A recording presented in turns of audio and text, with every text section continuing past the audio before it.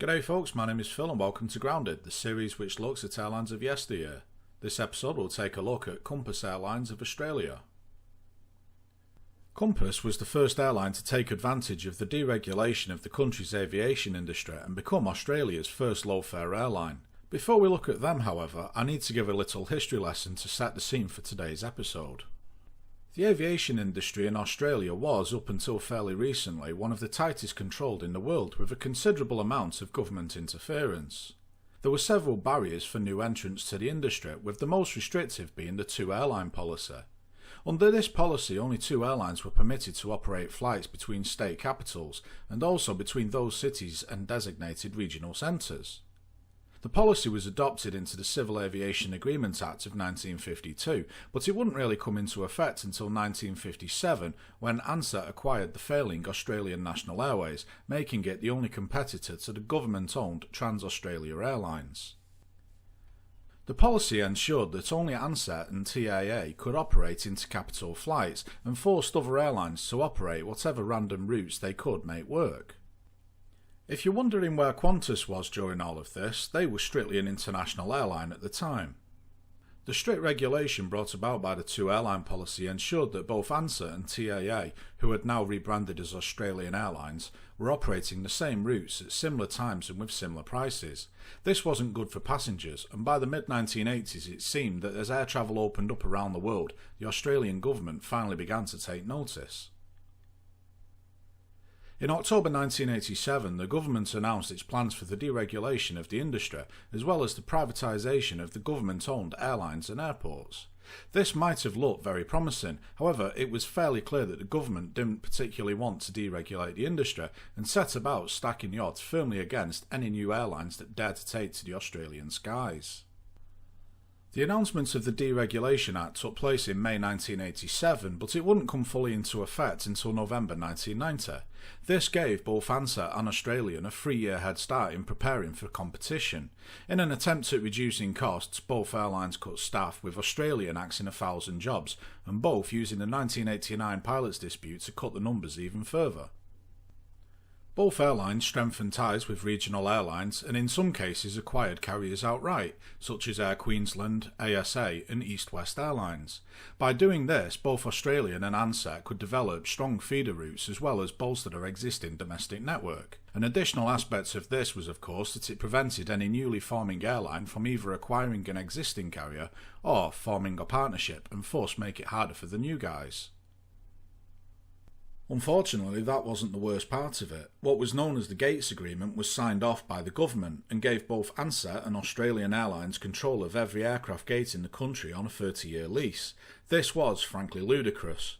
No, not ludicrous, ludicrous, and I think the Simpsons have already made that joke. Anyway, the Australian government had basically handed control of the nation's aircraft gates to just two airlines, who would of course do everything in their power to make life even harder for any competition.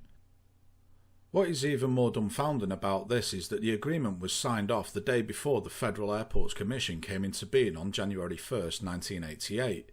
The FAC was the new body which would take ownership of the nation's airports ahead of privatisation.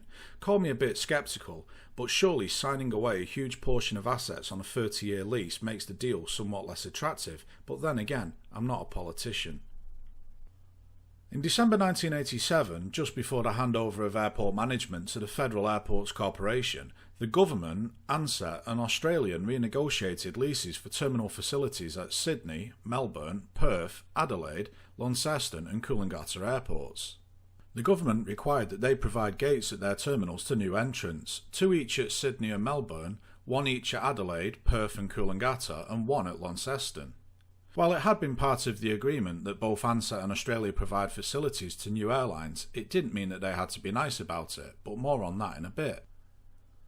The first airline to try and take advantage of deregulation was Compass Airlines. They had been founded on July 2nd, 1987, just 2 months after the announcement of the Deregulation Act. Compass would be led by Brian Gray, a man who was no stranger to aviation, having previously acquired and managed East West Airlines. East West were a regional airline based in New South Wales, and during the 1980s had undergone several changes in ownership, eventually finding itself acquired by Ansett as they prepared for deregulation.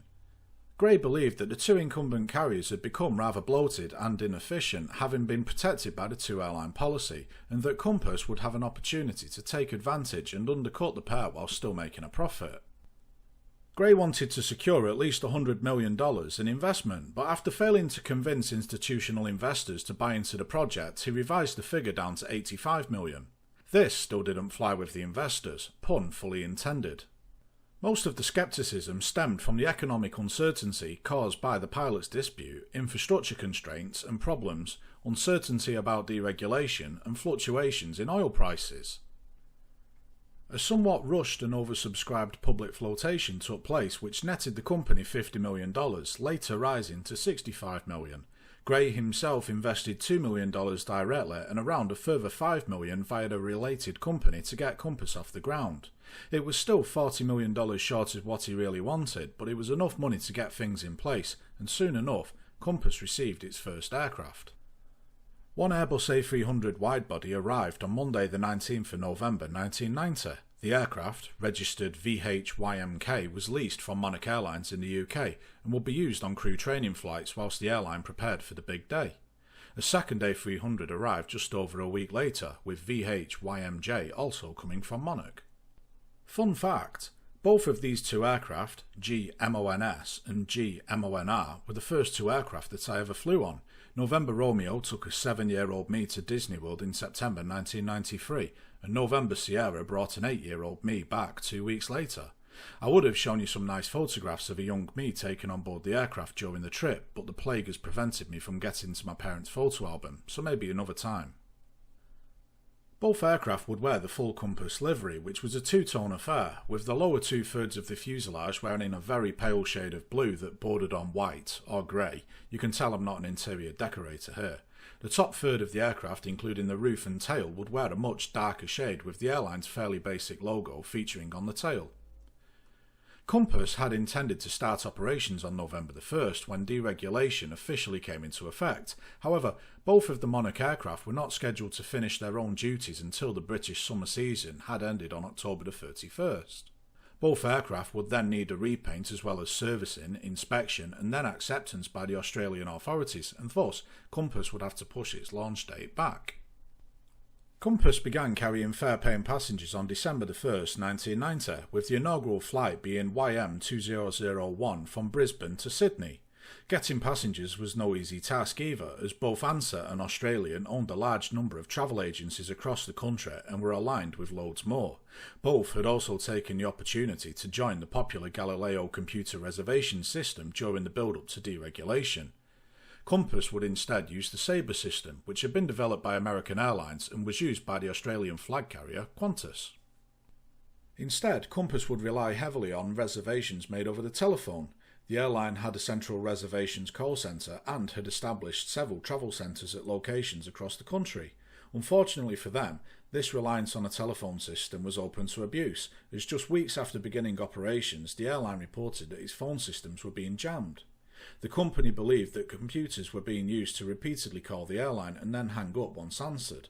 On one day alone, the airline reported 25,713 calls being received. Despite the animosity between Compass and its competitors, the airline publicly stated that it didn't believe other airlines were involved.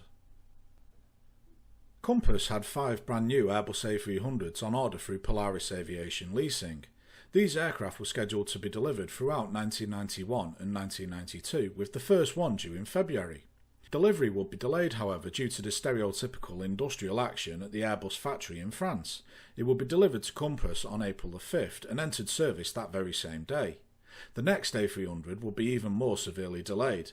The aircraft, which would become VHYMB, was damaged on the ground whilst in Toulouse and had to be ferried back to Hamburg for repairs. Due to Mike Bravo's delivery being knocked back, Compass would be forced to subcharter an Airbus A310 from Air Niugini to cover the busy Easter holiday weekend at great expense. Fun fact, this aircraft was actually the prototype Airbus A310-300, built in 1985, and after 4 years with Airbus it was sold to Air Niugini. It eventually ended up as a freighter with FedEx and was withdrawn in 2018. With the airline's next A300 still delayed, Compass brought in an A310 from Canadian Airlines, initially to cover for the late arrival, but a 3-year deal was soon reached. This aircraft had recently been inherited by Canadian following their merger with Wardair a couple of years earlier. It wouldn't wear the full Compass livery and would instead wear a plain white livery with Compass branding. The second of Compass's own new Airbus A300s would finally be delivered on August 25th, several months behind schedule, and would be pressed into service the following day. With the arrival of this aircraft, it meant that the Compass fleet now stood at 5 aircraft, 1 Airbus A310 and 4 A300s, with 3 more still to come. Compass operated flights to Perth, Cairns, Brisbane, Sydney, Melbourne and Adelaide with its fleet of wide-bodied jets. Some may have questioned the airline's choice in aircraft type. After all, a larger aircraft is both harder to fill and more costly to operate. Unfortunately, the airline's hand was forced, and it was due to that not-so-shady deal, the Gates Agreement. While both Ansett and Australian Airlines had control over the country's airport terminals and aircraft gates, they still had to let Compass use them. Of course, they didn't have to play fair, and aside from charging an exorbitant rate for using them, they would also give the airline unfavourable gates in hard-to-reach parts of the airport.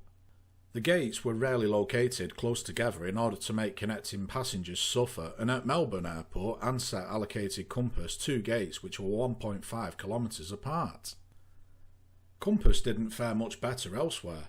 At Perth, the airline was forced to operate from the international terminal, despite being a domestic carrier, and in Adelaide they didn't even have the luxury of a terminal. Instead, the airline was forced to operate from an old aircraft maintenance hangar, which had gained the nickname the Tin Shed. A combination of lack of gate access, general slot restrictions, and in the case of some airports, curfews, meant that Compass couldn't really use a large fleet of smaller aircraft. By selecting a larger aircraft, Compass hoped to at least get more bums on seats and make the best of a bad situation. The A300 wasn't actually the airline's first choice, as Compass had wanted the slightly smaller and marginally more economical Boeing 767, but the government refused to let the state-owned Qantas maintain them. You know, I'm beginning to think that the government didn't want this airline to succeed. Compass, whose motto was "Stretch Your Wings Australia," had promised fares over 20% cheaper than the competition, and despite all of the problems forced upon it, they were determined to make it work. Unfortunately, and I do seem to be saying that a lot in this episode, unfortunately for Compass, a fare war ensued between themselves, Australian and Ansett, but this was 1991 and Australia, much like the rest of the world, was in the midst of a recession. All 3 airlines were losing money at an alarming rate, with the worst being Ansett, who had lost an eye-watering $200 million during the previous financial year. The government-owned Australian Airlines did fare much better and recorded a loss of just $12 million during the first 6 months of the year. Then there was Compass. They had lost $16.5 million during their first year, and while that could be considered fairly acceptable for a new airline with various startup costs, the company had been sold to its investors on the basis of making a profit of $20 million in its first year. Despite the crippling recession, the 3 airlines remained locked in a fare war. Ansett were selling tickets as low as 69% cheaper than Compass's fares. Considering that Compass were charging anything between 40 and 50% of the standard fare of Ansett and Australian, it made for very cheap air travel in some parts of Australia. Those prices were well below the break-even for Ansett's own full-service flights, never mind Compass's, and they were making heavy losses. These losses were offset, however, as both Australian and Ansett had much larger route networks which could subsidise the loss-making routes. Despite hemorrhaging money, both Ansett and Australian had deeper pockets than the new guys. All they had to do was wait them out. October would see the airline's financial troubles come to light. The airline was unable to pay the Civil Aviation Authority and sought and received an extension. The airline had also begun to struggle to pay its aircraft lease fees to the point where Polaris, who had 2 aircraft in service with the airline already, cancelled the 3 additional A300s that Compass had on order.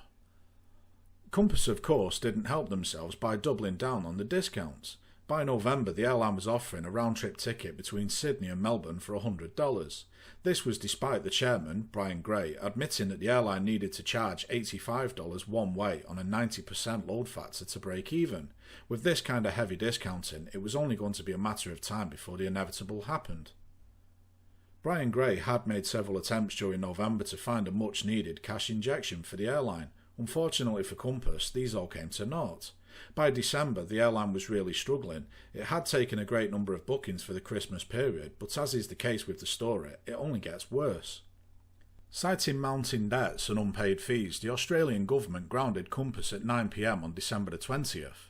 To add insult to injury, the security firm used to impound the Compass fleet was a sister company of Ansett. So, what went wrong? Well, in this instance it's a bit of a mixed bag. The odds were firmly stacked against Compass from the outset. While Compass didn't particularly rush their launch, taking 3 years to set themselves up, they were woefully undercapitalised. After initially aiming for $100 million of startup capital, the airline was forced to accept just over half of that amount, but realistically, Compass needed closer to $120 million to have a fighting chance. I also have no idea where they pulled the projections from, as prior to launch, Compass was expecting a first-year profit of $72.45 million, but instead made an operating loss of $43.2 million. When you consider how undercapitalised the airline was, and these projections being so far off, it's easy to see how they ran out of money so soon. Some of these losses stem from the heavily discounted ticket sales. In fact, Compass had very good load factors. In their final 4 months, the airline had an average load factor of 74%, which was well above the 60% that they'd forecast before launch. They had also secured a national market share of 12.2%. The problem was that the heavy discounting during the fare war eroded the yields and thus the airline's profitability. Compass had been struggling pretty much from day one. Their only profitable month was in June, and that was due to the advanced selling of heavily discounted tickets. In fact, this, along with later bulk selling discounted tickets, was seen by many as a last-ditched attempt at improving cash flow. This, of course, is a vicious circle, as weeks or months down the line the aircraft can be 100% full and yet still be below break-even, and there'd be no capacity to sell higher-priced tickets. To break down Compass's operating expenses, the largest is 31.4% for aircraft lease payments. Next are government charges at 26.5%. Fuel is 15.5%, and then flight crew and maintenance take up most of the remainder with 12.6% and 11.1% respectively. When Compass was preparing to take to the skies, there was a fairly good demand for aircraft, and as a result, the lease rates were relatively high. Access to aircraft was also hindered by the fact that Compass was denied access to one of the world's largest aircraft leasing companies, AWAS, or Ansett Worldwide Aviation Services, for fairly obvious reasons. Monarch owned their aircraft outright and were more than happy to lease them on, as did Canadian Airlines. Polaris had been acquired by General Electric a few years earlier, but were more than happy to lease some aircraft to Compass, especially considering they would have GE engines. The wide-bodied A300 was costly to operate in general, and it needed a higher load factor to break even compared to a narrow-body aircraft such as the 737 or A320. It didn't help that wide-bodied aircraft take longer to turn around and thus occupied crucial gate space for longer. This, combined with the lack of gates available to Compass, meant that even if the airline had the funds to bring in more aircraft, it wouldn't have been able to use them. This leads to the other reason for the downfall of Compass: the actions of the competition and the government itself. Both Ansett and Australian Airlines, as the incumbent large domestic airlines, were already in a strong position in the run-up to deregulation. While both had taken substantial losses during the pilots' dispute, both had also strengthened their positions too. Ansett had acquired East West, the largest of the regional carriers, and both had strengthened ties with other commuter carriers. Both already had a large ownership of several travel agencies and relationships with more, but took the 3-year head start to acquire even more. They also joined the Galileo GDS, which, thanks to the head start, ensured that they gained prominence in the system so that travel agencies would see their flight listings first, and that's not even thinking about if the agencies were independent or not. The gate agreement, where the rights of terminal access and the gates were handed to Ansett and Australian the day before the airports come under the control of the new Federal Airports Corporation, was beyond shady. Of course, both airlines were not going to be particularly helpful, though to be fair to Australian, they did seem to try and play fair to a degree. Ansett, on the other hand, well, didn't. Aside from the gate issues, it was suspected that Ansett were directly behind the attack on the Compass telephone system, and that Brian Gray didn't call them out on it as he didn't want to fan any flames. Some other allegations thrown in the direction of Ansett was that they had sabotaged a baggage conveyor one night, resulting in Compass's early morning flights being delayed, and my favourite, that an Ansett tug passing behind a Compass aircraft conveniently broke down, meaning that the Compass flight couldn't push back.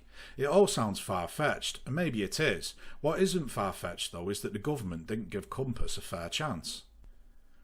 Why did it seem that the government wanted Compass to fail, you may ask? Well, it's simple politics really, as after all, they're almost all bent. The Australian Prime Minister, Bob Hawke, happened to be very good friends with Peter Abels, the Chief Executive and MD of Ansett. It's also worth mentioning that the man who owned the other half of Ansett was none other than the scaly reptilian himself, Rupert Murdoch, via his News Corporation. Ansett had been hit hard by the pilots' dispute and was in no fit shape to face unregulated competition. It was later alleged that Ansett itself was only weeks away from collapsing, and that was partly why Compass was grounded before the Christmas holidays, when it would have gotten a cash boost and a fighting chance. It was the government which grounded Compass, not a bank or other creditors. The government pulled the plug over just $11.5 million owed in ATC and airport fees. Polaris, Monarch and Canadian Airlines ended up footing the bill in order to release their aircraft back to them, and interestingly, it led to a legal dispute that lasted until 1999 as to whether those fees were fair or not. It was eventually deemed that a portion of the fees were unfair, but the report instead said that it was done in error whilst establishing a framework for the deregulated skies rather than done out of malice. Interestingly, Abels was present at the Kirribilli Agreement, in which Bob Hawke made a deal to hand over his premiership to Paul Keating, the Treasurer, should he win the 1990 general election, to which he did win, and he didn't do as promised. Two peas in a pod, really. Make no mistake, Compass had problems brought on by its own doing, but the actions of the government and Ansett are what killed off Compass. If the airline had been given a fair fight, then there was a good chance it could have succeeded. Compass had developed such a good reputation in the eyes of the flying public that there would be a second stab at success. Southern Cross Holdings, who were in the process of establishing Southern Cross Airlines, acquired the name and branding of Compass. They had seen how the general public had held Compass in high regard. Despite the airline's short life, it had won the Civil Aviation Authority's Airways Award for Excellence as the best airline amongst domestic and international airline services in the Australian market. There was a lot of goodwill with the Compass name and brand, and Southern Cross wanted to cash in. Just a few months after the demise of the original Compass Airlines, Compass MkII would take to the skies. Instead of using Airbus A300 widebodies, the fleet now consisted of several McDonnell Douglas MD-82s, which were far more suitable to the low fare structure envisioned by the original airline. Despite the huge backlash over the collapse of the original Compass, it didn't stop some dirty tricks from happening again. Ansett, of course, owned one of the world's largest aircraft leasing companies, and through Ansett Worldwide put pressure on aircraft manufacturers to not allow aircraft to join the new venture, lest be blacklisted from the AWAS books. Fortunately for Compass, McDonnell Douglas found a way to get its aircraft in the hands of the new airline, albeit via various other leasing companies and airlines. The first 4 aircraft arrived in August 1992, with the 5th joining in September. The aircraft wore a new livery, a grey belly with a gold band running above, and then a white central section of fuselage and a dark blue roof. The tail was also blue and featured a slightly modified Compass logo. It looked quite smart, though I do think the original would have looked pretty good on the MD-80s. This new livery looked like natural progression, almost as if it was the same Compass a few years down the line.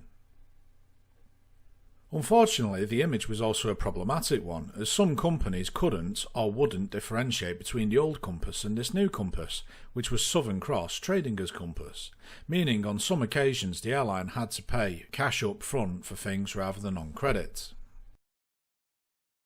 Compass MkII served Adelaide, Brisbane, Cairns, Melbourne, Sydney and Townsville with their MD-82s, and contemporary reports were that the airline was doing a good job. 2 more MD-82s were ready to join the fleet, with even more of the McDonnell Douglas narrowbodies lined up. Unfortunately, Compass MkII abruptly ceased operations on the 11th of March 1993. It was so out of the blue that there was even a crew overseas hours away from flying one of the new MD-82s to its new home. Their downfall was similar to that of Paramount Airways in the United Kingdom. The guy running the show had been doing some creative accounting, shall we say. In 1997, Southern Cross's chairman, Douglas Reid, was found guilty of 22 charges ranging from theft and false accounting to forgery and fraud, having also plundered $11 million from company funds.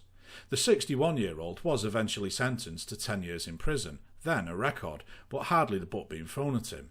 As is usually the case, however, he was released from prison after just a couple of years.